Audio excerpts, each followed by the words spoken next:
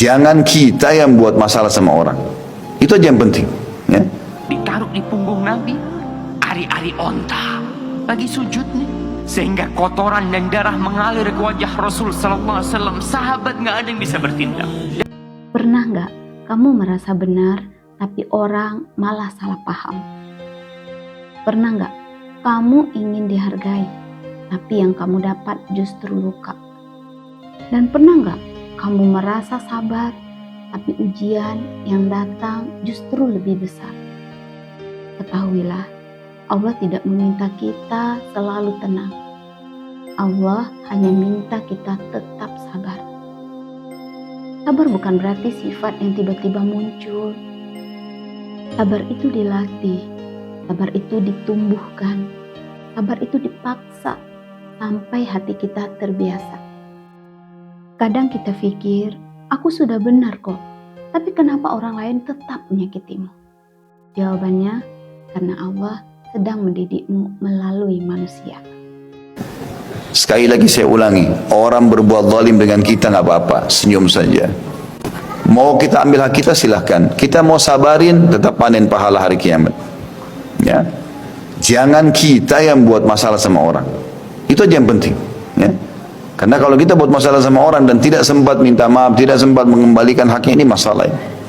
Selalu berdoa sama Allah Bapak Ibu sekalian, minta agar Allah ingatkan, ya Allah kalau ada hak-hak hambamu, hak-hakmu yang belum aku tunaikan, mudahkanlah aku melakukannya. Selalu jadikan, sisipkan doa supaya kita meninggal tidak ada lagi beban. Ya, ini penting sekali ya. Salah satu perjalanan terbesar dalam hidup adalah menerima kenyataan bahwa kita tidak selalu benar. Kadang kita merasa paling tahu, kadang kita merasa paling tulus, kadang kita merasa paling teraniaya. Tapi ternyata yang benar di mata kita belum tentu benar di sisi Allah. Allah tahu niat kita, Allah tahu apa yang tersembunyi. Allah lebih tahu mana yang lebih dipertahankan dan mana yang harus dilepaskan. Nah, sabar itu ketika salah itu mudah. Tapi sabar ketika kita merasa benar, nah itu yang paling berat. Sabar ketika disalahpahami, sabar ketika dipercaya, sabar ketika orang menuduh tanpa tahu cerita sebenarnya. Sabar ketika kita ingin menjelaskan, tapi Allah justru menuntun kita untuk diam. Karena disitulah Allah ingin melihat apakah kamu sabar karena Allah atau sabar karena keinginan manusia melihatmu baik. Dan kalau kita memandang Nabi kita Muhammad Sallallahu Alaihi Wasallam, beliau telah berkorban segala-galanya untuk kita. Beliau pernah sholat di depan Ka'bah, ditaruh di punggung Nabi, ari-ari onta lagi sujud nih, sehingga kotoran dan darah mengalir ke wajah Rasul Sallallahu Alaihi Wasallam. Sahabat nggak ada yang bisa bertindak. Datang tuh putri Nabi Fatimah mendorong ari-ari onta. Seperti itu Rasul Sallallahu Alaihi Wasallam pada waktu perang Badar, tatkala umat Islam harus berhadapan dengan bala tentara yang besar jumlahnya. 1000 tentara melawan 300 orang yang mereka tidak ada persiapan untuk perang. Ketika pasukan perang sudah dipersiapkan, Rasul Sallallahu Alaihi Wasallam di sebuah tenda, para sahabat malam hari tidur, Rasul Sallallahu Alaihi Wasallam berdoa, sholat, mohon sama Allah. Buat siapa? Buat kita. Ada waktunya kamu harus membiarkan Allah menjelaskan untukmu. Bukan dengan kata-kata, tapi dengan hasil akhirnya. Diam itu bukan kalah, diam itu bukan lemah. Diam itu tanda bahwa kamu percaya Allah yang akan membalas dan meluruskan segalanya. Kadang kita terlalu ingin membela diri, padahal apa gunanya menang di depan manusia kalau kita kalah di hadapan Allah? Ujian besar bukan tanda Allah benci. Justru itu tanda Allah ingin menaikkan derajatmu.